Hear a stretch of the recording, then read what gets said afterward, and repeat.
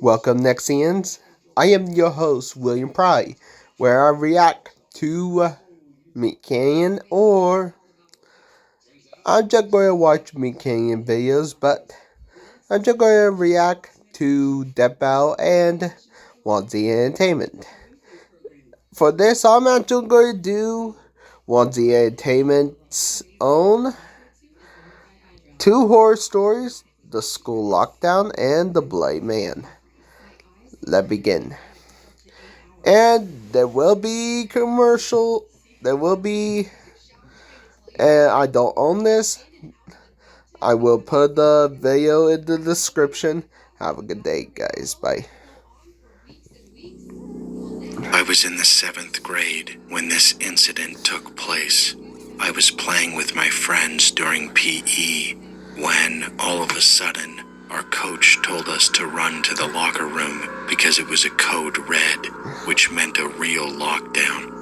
My classmates and I ran to the locker room, and I'd like to mention that around the middle of 7th grade, my leg was sprained, so I couldn't run properly. When we were running to the locker room, it was pretty difficult for me.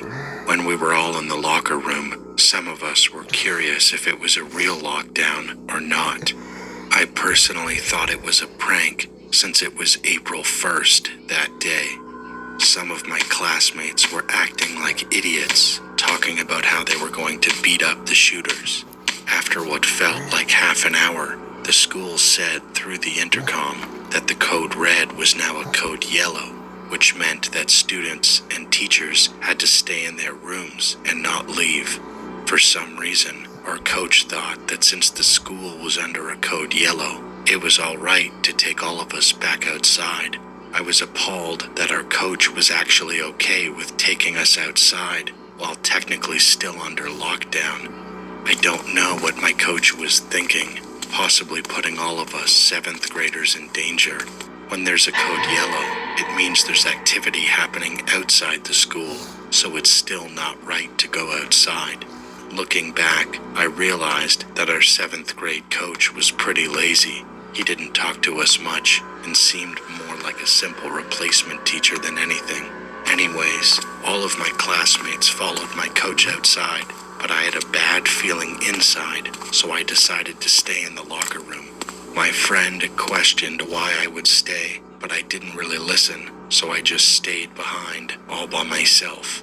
I felt a little nervous being alone in the locker room, but thankfully I had my phone to keep me company. After an hour, my class returned, and nobody noticed that I stayed inside. After heading to my next class, I found out everything that happened during the lockdown. It turned out that somebody got stabbed and possibly killed in the Wawa gas station right next to our school. During the code yellow, while everyone went back outside, the perpetrator went to the school and almost jumped the fence.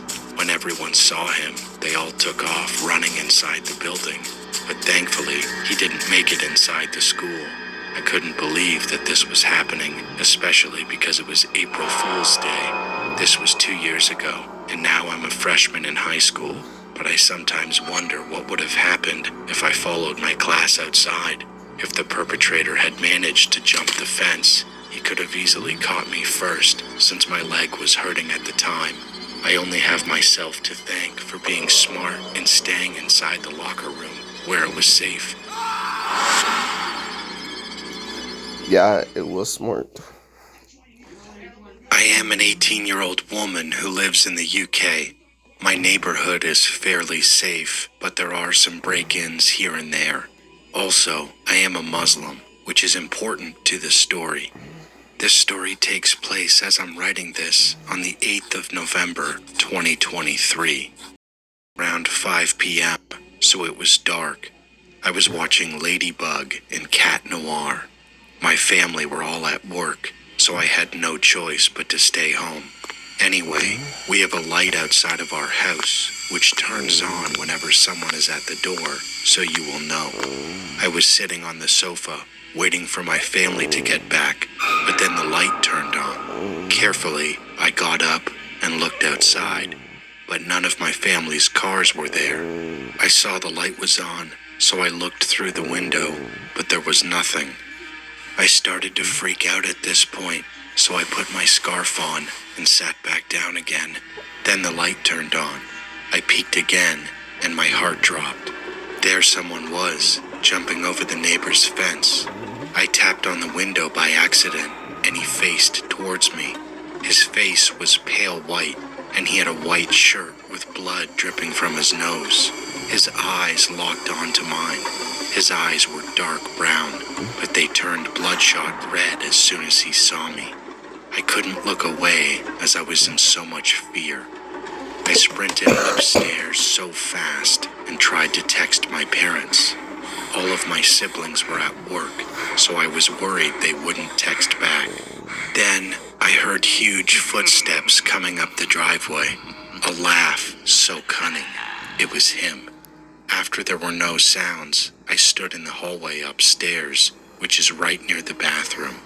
I stood near the toilet door and sneezed. Then, as I was about to say something, I heard, "Bless you," in a dark, demonic voice. My heart was beating faster and faster. At this point, I was terrified. I locked and closed all the windows and doors and crept down the stairs. Suddenly, there was a light knock at the door. Then, as I watched from the stairs, he screamed through the flap, "Murderer!" As a hijabi, I'm used to people commenting on my appearance or pointing, so I wasn't surprised. He whispered, "Take it off." His bloody lips were all over the door flap. I recited my prayers louder and louder. Then I heard a car door slam. My dad and brother were home. I was so relieved. The man removed his eyes from the flap and ran. I'm still in shock. After what happened, I told my family, and they promised never to leave me home alone again. The man was apparently a criminal. He would spy on houses for days and then rob them. Please stay safe. It's a cruel world out there. But I always wondered what would have happened if I had taken my scarf off as a hijabi, or if I had opened the door.